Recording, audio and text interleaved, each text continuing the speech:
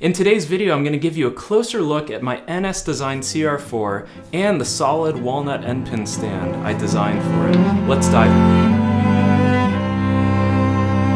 So I play the NS designed CR-4 and I've been really happy with it overall. But since I wanted an Endpin stand that matched the exact contours of my acoustic cello, I ended up building one from scratch. I'm going to share a bit about that process, but first, let's talk about the pros and cons of just the NS CR-4. First pro, it's got great sound. Compared to other electric cellos, the CR-4 sounds fantastic. That said, it's not quite the same as an acoustic cello, especially as a solo instrument. It lacks some of the natural complexity and breadth. You can get closer with some EQ and reverb, but in my opinion, the best approach is to lean into the electric cello's strengths, like its versatility and tonal range, instead of trying to make it sound like an acoustic cello, which it just isn't. The second thing that I like about the CR-4 are the cascading dots on the fingerboard. As a classical cellist, I was a little skeptical about this. We don't really like to use visual markers, but with no upper bout or body for reference points, the dots were actually surprisingly helpful, especially in upper positions. No one gives guitarists a hard time for using fret markers, so why not let cellists benefit too? Now let's talk about a couple of the downsides. First of all, it's expensive. This cello right now runs about $4,000, so it's a huge investment. The second thing are the limited contact points. So there's no natural contact with your chest, knees, or your left hand in the neck groove, so it can feel a little bit foreign if you're used to an acoustic cello, which I assume you are. The included tripod stand that it comes on, it really doesn't feel natural when you're playing it. It's hard to stay stationary and it feels like you have to adjust your body around the cello, and that's exactly why I built this Endpin stand. All right, let's talk about the control knobs on the CR-4. First, you'll see there is a general volume knob. There are treble and bass EQ knobs as well. So that's great to have that kind of control. There's also a three-way switch, and it has two arco modes and a pizzicato mode. So one arco setting gives you a little bit warmer of a sound, sounds a little bit more like an acoustic cello. And then the other arco mode has a little bit of enhanced treble, so it really cuts through a mix. And then the pizzicato mode is really cool. It's if you flip the switch completely forward. And what that does is it gives your pizzicato a nice long ring, kind of like a bass guitar. You pluck a note and it actually has a longer sustain. So that's really great because a pizzicato can get lost very quickly if you're in a live setting. Now let's talk about the Endpin stand. As I mentioned, I really wasn't happy with the tripod stand that it came with, so I built my own Endpin stand. NS does sell one for around $250, but I enjoy woodworking and I wanted a design that matched exactly the contours of my acoustic cello, which is a Montagnana pattern. So I built this out of solid walnut, and I used photos of my cello and I scaled them in Adobe Illustrator, and I drew the curves to match the bridge height, fingerboard angle, the C bout placement, the upper bout position, and I also added a neck groove block and carved it to match my acoustic cello as well. Believe it or not, I attached the neck block just with double-sided tape and it's worked perfectly. I really wanted it to be portable, so the stand folds up easily and fits right inside the NS carrying case along with the cello. I put a couple knobs here. This one will detach the cello from the stand, and this one, it'll detach the contact points for your knee. Right now it has a fixed height end pin that works for me. It's removable, but I'm still working on a better height adjustment mechanism, and I may update you as I do that.